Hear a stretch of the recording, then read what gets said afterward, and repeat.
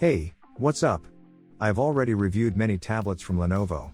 From the top-end P12 Pro to all sorts of affordable M10.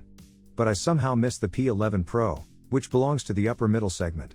Today I will close this gap with the second generation of the tablet, the Lenovo Tab P11 Pro Gen 2, announced in the fall of 2022. A little disclaimer.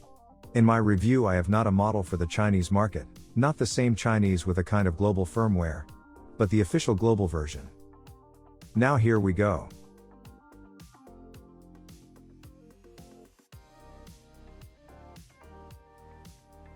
The tablet is very lightweight, 480 grams, and thin, less than 7 millimeters. The color is dark gray metal. Lenovo never gets tired of using a design trick with two surfaces of the same color, but differently cast in the light. The body itself is plastic, although it looks like metal and glass. More precisely, a combination of polymethyl methacrylate, simply plexiglass, and polycarbonate. It looks very impressive, but it collects fingerprints, and over time can collect scuffs and small scratches. So, a case will come in handy. On the back surface there is the Lenovo logo, the pad with the camera and flash, and the seat for the stylus. By the way, the available case materials were chosen most likely because of the stylus. Let's go over the sides. Two microphones and volume buttons are on the top side. On the bottom side there are pins for an optional keyboard. On the right side is a fast USB-C version 3.2 with support for power delivery charging, DisplayPort 1.4 external monitor connection and audio output.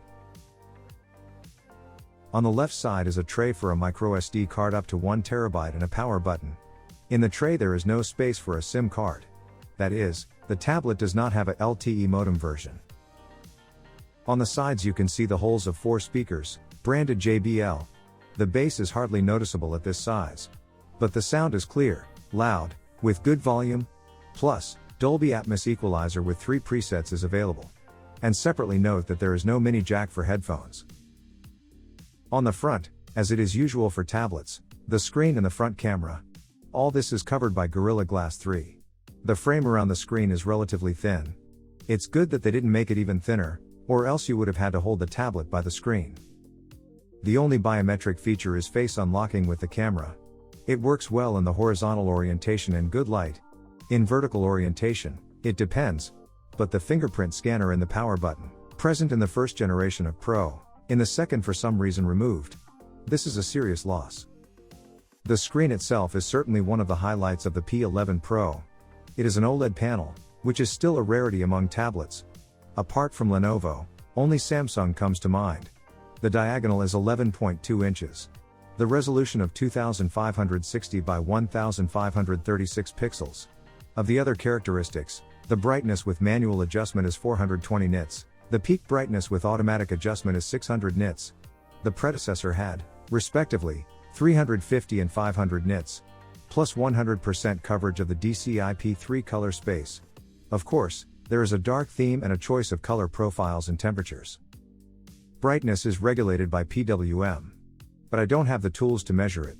So, for number lovers I advise to look for example in the text review from Notebook Check. There is support for HDR content of HDR10 Plus and Dolby Vision standards.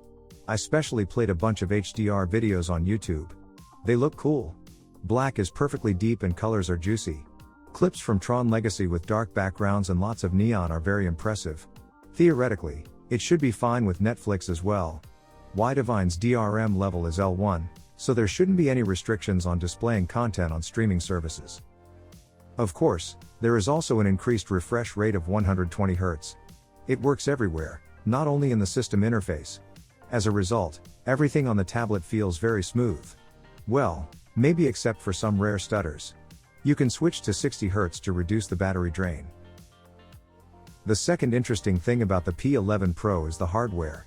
It uses the rare MediaTek Companion 1300T processor. It is a powerful solution for tablets. Inside there are 4 cores A78 and 4 cores A55. The technological process is 6 nanometers. Built-in graphics is Mali G77. My version came with 8 GB of RAM and 256 GB of UFS 3.1 storage. Of course, I ran some basic synthetic tests. Geekbench to evaluate the processor itself, 3DMark to evaluate the graphics, and a throttling test. The performance degradation is noticeable on the metrics, but not in real life. The case heats up very little. In total, the tablet is only slightly behind the solutions on the Snapdragon 870. Yes, the games on Snap will go better. Qualcomm's product optimization matters. But you don't have to limit yourself to Solitaire or Candy Crush. The power of the tablet enough for most games go on maximum or close to maximum settings. You may only have to lower the settings to medium in the notorious Genshin Impact to play comfortably. My favorite Asphalt 9 ran easily on high graphics settings and 60 FPS. PUBG gave me the option to use the HDR graphics preset and frame rate ultra. The result is smooth gameplay with no obvious freezes. A couple of words about communications. The tablet has Wi-Fi 6 and Bluetooth 5.1. NFC is theoretically there, but is only used to pair the tablet with a stylus. In terms of satellite navigation, GPS and GLONASS are supported. Well, I will mention the presence of the vibrator of the usual type on board. The battery capacity of the tablet is 8,000 to 8,200 mAh. The predecessor had 8,400 to 8,600 mAh. It takes about 2.5 hours to charge it from the complete unit of 20 watts. This is enough for about 8 to 9 hours of internet surfing. Video can be watched for 8 to 12 hours depending on the brightness. The results are just usual for tablets with this screen diagonal. Let's talk about the cameras. There are two of them. The main one with 13 megapixels and the front one with 8. In good light, you can take pictures. Colors are nice. HDR works. But if you look at the pictures on the big screen, it is noticeable that the detail is poor. The main camera in the tablet is still for shooting documents in the office. Well, and an example of video recording. Maximum quality, 4K, 30 frames per second. The quality is good in enough light. The main thing is not to move, otherwise there is no stabilization. The front camera behaves similarly. If you do not look closely, everything is fine. Even the background in portrait mode is adequately blurred. I will not dwell on the software part of the tablet. This is a classic software from Lenovo based on Android 12. The appearance and the logic of the work as close as possible to the Google original. The full set of applications from the same Google, including the entertainment center on the leftmost screen and kids space. It's hard to say anything yet about future major system updates. Android on the tablet is supposed to get 2 more major updates. All the way up to Android 14. We'll see. It's worth mentioning the PC mode separately, or as it is called here, work mode or performance mode, depending on the interface language. The system interface starts to look like Windows with a taskbar at the bottom of the screen. Applications run in Windows. Supports a convenient split screen, when the window sticks to the edge and unfolds exactly half the screen. I recommend connecting a Bluetooth mouse and keyboard for comfortable use.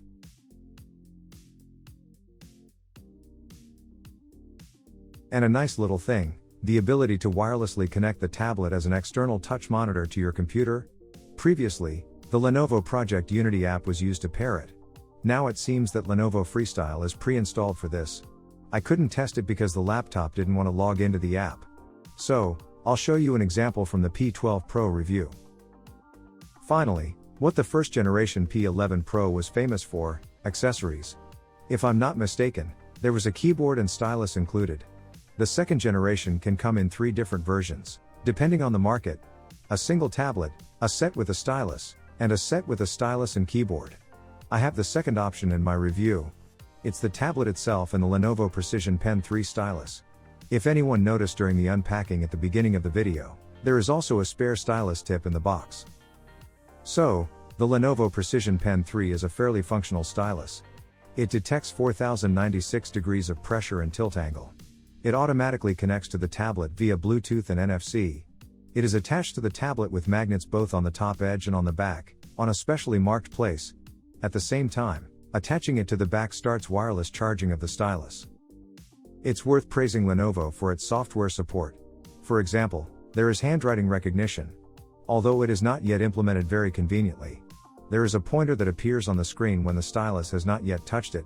There is the Notes app, which in addition to its main function, i.e., creating handwritten notes, allows the stylus to act as a magnifying glass or to take screenshots of the screen.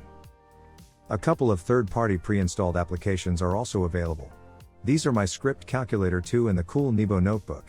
And no one forbids installing something cool for professional drawing like Adobe Illustrator Draw, Infinite Painter, or Autodesk Sketchbook from Play Market.